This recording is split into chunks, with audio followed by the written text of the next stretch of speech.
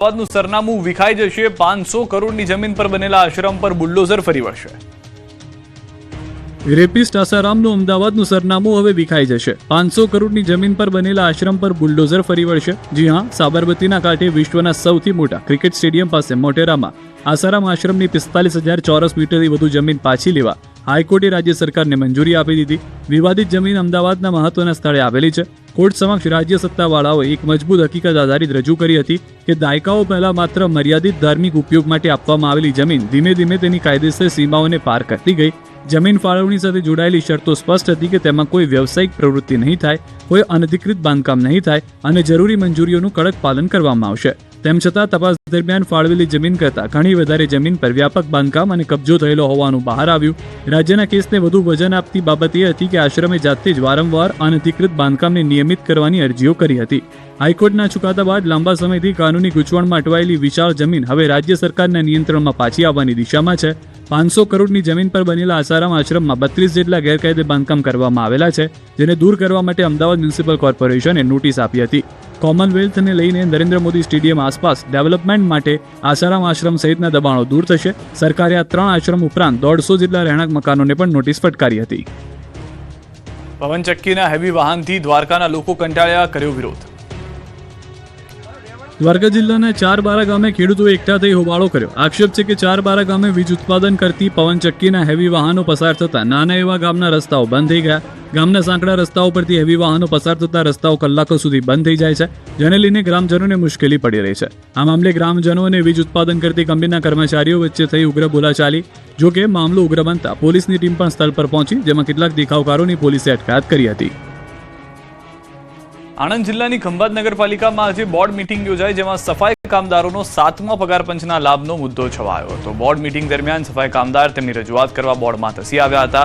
28મી ફેબ્રુઆરીએ તમામ ચૂંટાયેલા સભ્યોને મુદત પૂર્ણ થાય છે અને આજે પાલિકાની છેલ્લી બોર્ડ મીટિંગ હતી।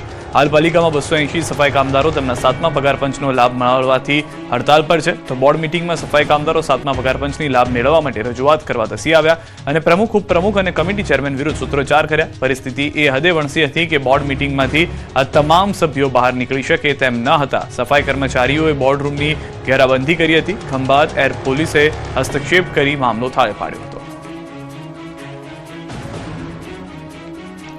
અમરેલીના સાવરકુંડલામાં એસઆઈઆર પ્રક્રિયા મુદ્દે કોંગ્રેસનો ઉગ્ર વિરોધ। 8,000 મતદારોના નામ ફોર્મ નંબર 7 મારફતે કેન્સલ કરવાની હિલચાલ સામે કોંગ્રેસે વિરોધ કર્યો। કોંગ્રેસ નેતા પ્રતાપ દુધાત સાવરકુંડલાના ધારાસભ્ય મહેશ કસવાલાના કાર્યાલયે પહોંચ્યા હતા। કાર્યાલયમાં હાજર લોકોને ફૂલ અર્પણ કરી અનોખી રીતે વિરોધ વ્યક્ત કર્યો।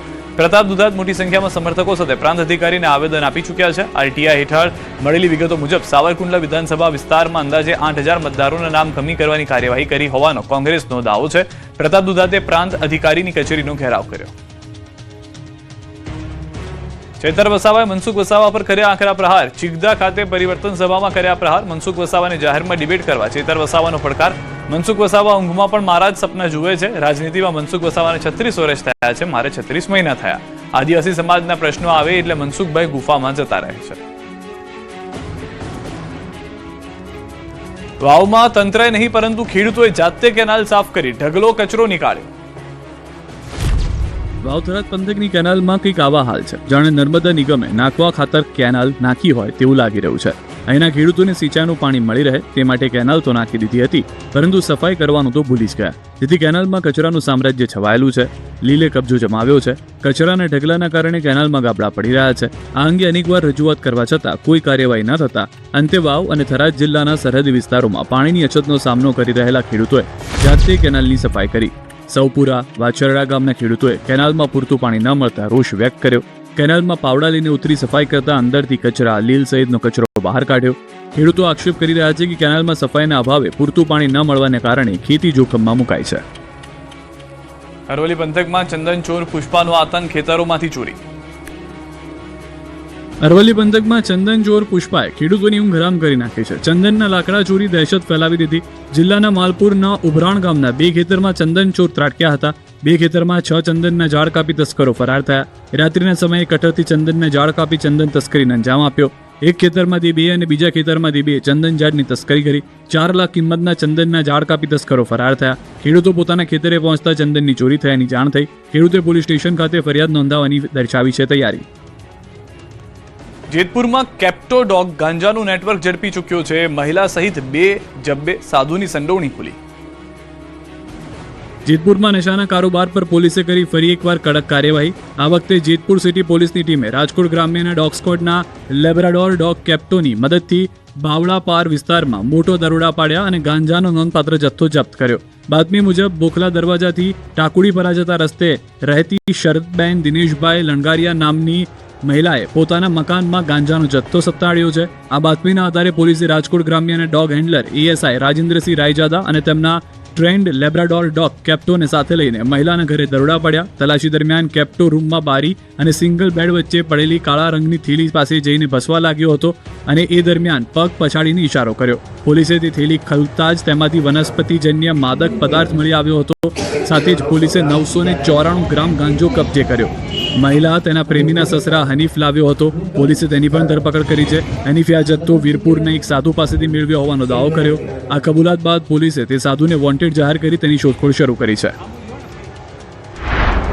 અમદાવાદના ગોમતીપુર વિસ્તારમાં ફરી અસામાજિક તત્વોનો આતંક સામે આવ્યો છે. છોટાલાલની ચાલીમાં તલવારબાજ શખ્સોએ સોસાયટી બાંધમાં લીધી. છોટાલાલની ચાલી ખાતે સિરાજ અંસારીને ધમકીઓ આપી ડરાવ્યા, જે બાદ ચાલીમાં બીજા દિવસે અન્ય 2 વ્યક્તિ પર પણ હુમલો થયો. મહીસાગરમાં પીએસઆઈએ દારૂના નશામાં કર્યો અકસ્માત. ચિક્કાર નશાની હાલતમાં પીએસઆઈએ લુણાવાડા ગોધરા રોડ પર રાહદારી અને કારને ટક્કર મારી. પીએસઆઈને સસ્પેન્ડ કરી ડ્રાઇવિંગ લાયસન્સ રદ કરવા કાર્યવાહી કરી.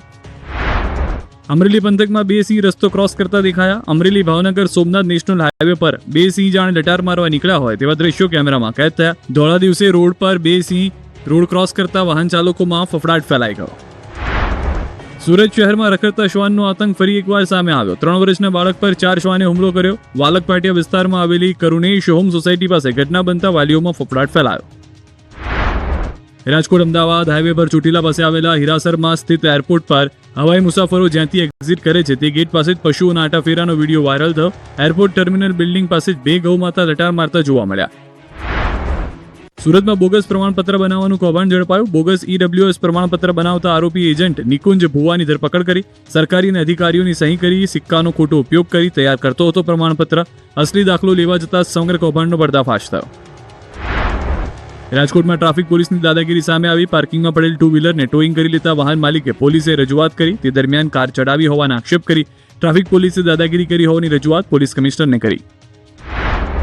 સુરતમાં સેન્ટ્રલ જીએસટી વિભાગે તવાઈ બોલાવી હતી. સુરતના મોતીવાલા પરફ્યુમ પર દરોડા પાડ્યા હતા. 3.40 કરોડની જીએસટી ચોરી ઝડપાઈ.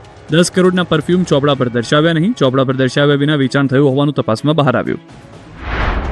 અમદાવાદ સહિત રાજ્યભરમાં આજથી ધોરણ 12 સાયન્સમાં પ્રેક્ટિકલ પરીક્ષાનો પ્રારંભ થયો. રાજ્યભરના 1 લાખથી વધુ વિદ્યાર્થીઓએ આપી પરીક્ષા. અમદાવાદમાં 25,000થી વધુ વિદ્યાર્થીઓ પરીક્ષામાં જોડાયા. અરવલ્લીના ભિલોડામાં એસટી બસના ડ્રાઈવરે સ્કૂલે જતી સગીરાને પ્રેમજાળમાં ફસાવી વારંવાર દુષ્કર્મ આચર્યું. 16 વર્ષીય સગીરા નિયમિત બસમાં સ્કૂલે આવતી જતી. આરોપી ડ્રાઈવરે આ સગીરા પર નજર બગાડી અને તેને પ્રેમજાળમાં ફસાવી. સગીરાની માતાએ પોલીસ ફરિયાદ નોંધાવતા પોલીસે આરોપીની ધરપકડ કરી. રાજકોટ સેશન્સ કોર્ટના નિવૃત્ત આસિસ્ટન્ટ ક્લાર્કને ડિજિટલ અરેસ્ટ કરી કુલ 88 લાખથી વધુ રૂપિયા પડાવ્યા. કેસમાં વધુ 1 આરોપીની ધરપકડ કરી. સાયબર ક્રાઇમની ટીમે મધ્યપ્રદેશના 22 વર્ષીય યુવકની ધરપકડ કરી.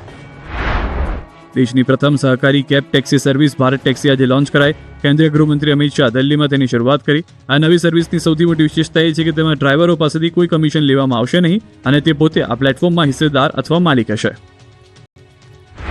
સુરતમાં સ્પાની યાર્ડમાં ચાલતું કૂટણખાનું ઝડપાયું. 3 ગ્રાહક સહિત 5ની ધરપકડ.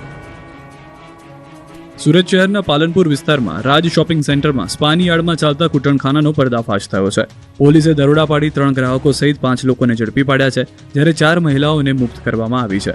સ્પાની તપાસ કરતા કેટલીક મહિલાઓના નામ સાથેની ડાયરી અને 11 મોબાઈલ ફોન મળી આવ્યા. ડાયરીઓથી ચોંકાવનારી વિગતો મળી આવી. પોલીસે કુલ 4 નાની પોકેટ ડાયરી અને 1 મોટી ડાયરી જપ્ત કરી, જેમાં દેહ વેપાર સાથે સંકળાયેલી મહિલાઓના નામ, ગ્રાહકોના હિસાબ અને રોજિંદા વહીવટની વિગતો લખેલી હતી, જે ગ્રાહકોને મહિલાઓના ફોટા મોકલવા માટે ઉપયોગ થતો હતો. આ ઉપરાંત અલગ અલગ કલરના 39 ટોકન પણ મળી આવ્યા છે, જે સંભવતઃ ગ્રાહકો અને મહિલાઓ વચ્ચેના વ્યવહાર માટે વપરાતા હતા.